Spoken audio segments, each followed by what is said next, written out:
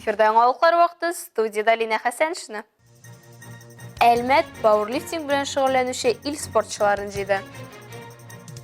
Ознакайда картинг буенча кышкы ярышлар узды. Бөгелмәдә каллиграф Нәҗип Нәккашның күргәзмәсе ачылды.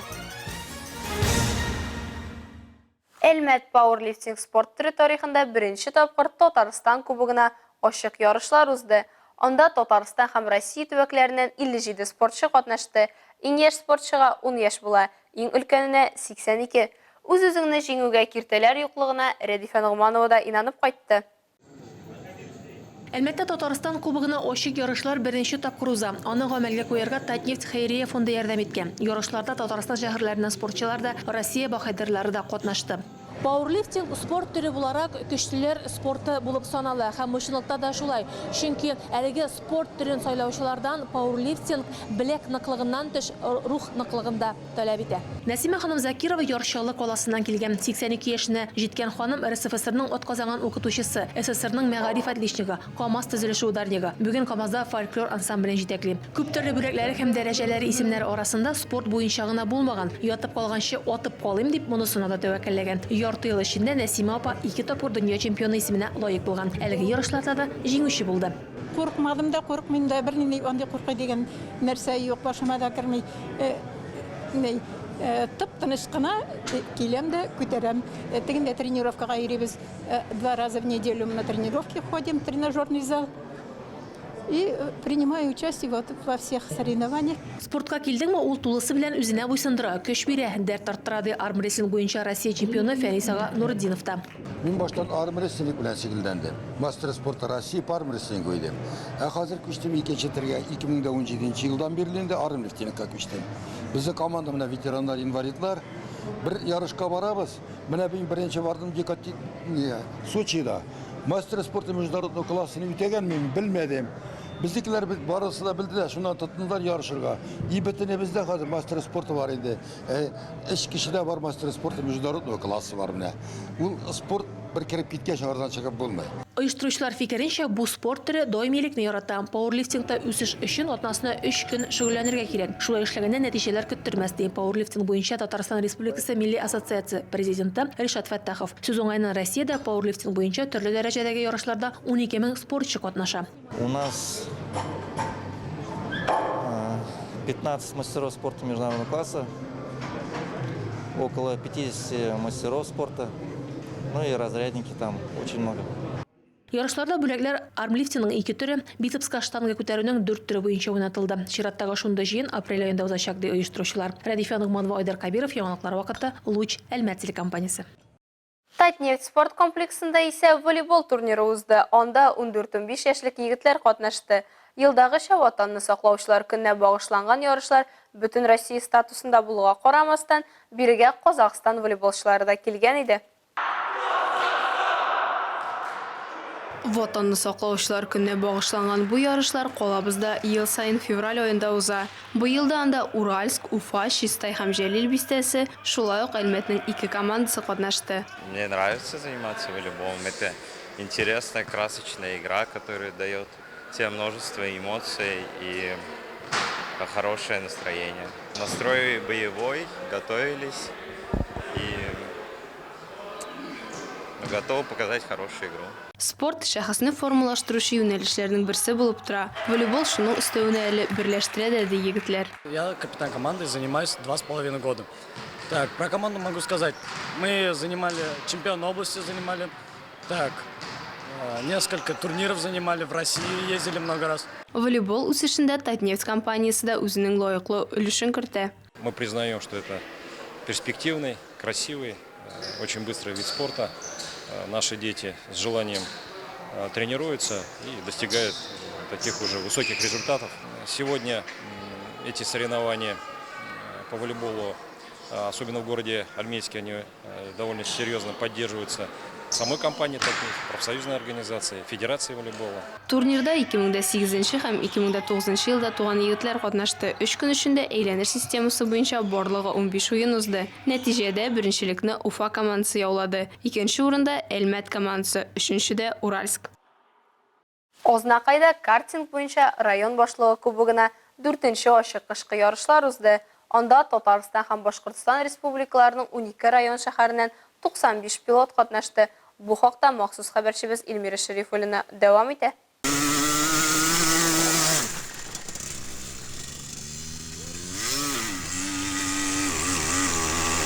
Ярышлар Әгерҗе авылы буасында үтте. Картинг буенча республика ярышларын ачу тантанасында шәһәр башкарма комитеты җитәкчесе Эльвир Габдрахманов һәм хәрби комиссар Рәдиф Камалиев та катнашып, спортчыларга изге теләкләрен җиткерделәр. Подготовили классную, хорошую трассу. Огромное спасибо. Вот помогли наше предприятие МУП МППБ, Рустам Зинатович, руководителю. Трассы хорошие, классные, поэтому уж самое главное без травм. Азнакайда картинг белән шәһәр балалар иҗаты үзәге каршында эшләп килүче картинг бүлегендә шөгыльләнәләр. Узган ел Татнефть гранты отып, матди-техник базаны да ныгытканнар. Грант акчасына картинг машиналарына запас частьләр, формалар, арба алынды. Бу безнең өчен бик зур ярдәм булды. Техник спортны үстерергә ярдәм иткәннәре өчен Татнефть җәмгыятенә зур рәхмәтебезне җиткерәбез. Ринат Җиһаншин җитәкләгән картинг түгәрәгенә 100дән артык кеше йөри. Алар арасында кызлар да күп.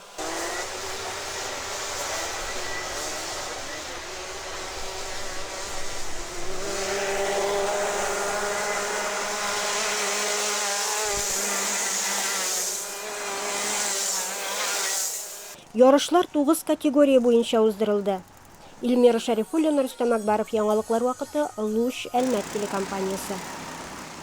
Гаилә ныклыгына спорт ярышлары аша. Узган елларда Түбән Мактама бистәсендә гаилә эстафетасы узды. Анда 12 гаилә көч сынашты. Түбән Мактама бистәсенең спорт комплексында 400дән артык кеше сәламәтлеген ныгыту белән шөгыльләнә. Бүгенге эстафетада катнашкан гаиләләр арасында да алар әлбәттә бар.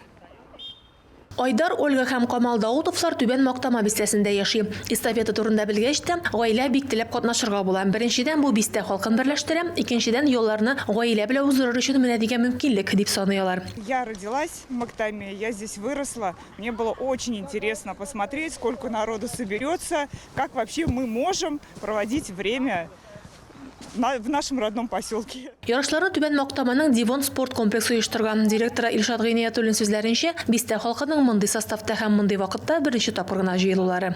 Мондый ярышлар әлбәттә кирәк безгә, чөнки бөтен гаиләне спортка чакырабыз. Чара дустлаштыра, сәламәтлекне ныгыта. Ярыш шартлары буенча эстафетада катнашучы 12 гаилә, әти, әни һәм балам 6 төрле этапны узды. Араларында киез итекле хоккей, тюбингларда узышу, шулай итек атыш кебек уеннар да бар иде. Нәтиҗәдә җиңүче итеп Гарифуллиннар гаиләсе теркәлде. Ибраһимовлар һәм Чахаяннар 2нче һәм 3нче урында. Җиңүчеләр дә катнашучылар да, оештыручылар һәм иганәчеләрнең бүләкләрен алды. Рәдифә Нугмадова, Айдар Кабиров, яңалыклар вакыты, Луч Әлмәт телекомпаниясе. Спорт уеннары аша тормыштагы гадәттән тыш хәлләргә әзерлек. Калабызда узган Арлят уеннары әнә шуны максат итә. Уеннар 20нче мәктәп базасында узды. Анда 1-6 сыйныфларда укучы балалар көч сынашты. Арлят уенда катнашучы 1 һәм 6 сыйныф укучыларының төп максаты 20 станцияны тиз арада һәм сыйфатлы итеп үтү. Моның өчен әлбәттә тирәлектә ориентлашу мөһим. Моннан тыш һәрбер укучы спорт ягыннан да ныгытылган булырга тиеш. Уеннарны оештыручы өстәмә белем бирү педагогы Сергей Игнатьев сүзләренчә, монда бәйгегә әзерлекле килү шарт. Беренчедән команда булырга тиеш. Ким дигәндә 6 кеше, шуларның берсе кыз бала. Запас уенчылар. Монда уен экстремаль ситуациядә үзеңне дөрес тотарга өйрәтә. Махсус сигнал билгеләре, төрле участокларда ориентлашу сыман күнекмәләрне булдыра. Әлбәттә, уен патриотик тәрбияне дә күз алдында тота. Это и стрельба из пневматической винтовки, метание гранаты, и преодоление препятствий по бревну, по жердям и так далее. Вот. При выполнении заданий на этих этапах дети проявляют свои знания и навыки в области, скажем так, спортивной подготовки, подготовки к экстремальным ситуациям и так далее. Уенга 24-нче 1нче мәктәптән шулай ук яшь техниклар станциясеннән 11 команда гариза биргән. Аларның тырышлыгын 25 хөкемдар билгели. Араларында туристик спорт секциясендә шөгыльләнүчеләр, кайчандыр шундый өстәмә белем бирү дәресләрен узучылар да бар. Моннан тыш бәйге ярдәмчеләре булып, ирекле коткаручылар да чыгыш ясый. Юлия Зюзякина спасатели рядом кушымтасы аша кешеләргә ярдәм итәргә әзер торучы волонтерларның берсе. Бу системада ул 2 еллап катнаша.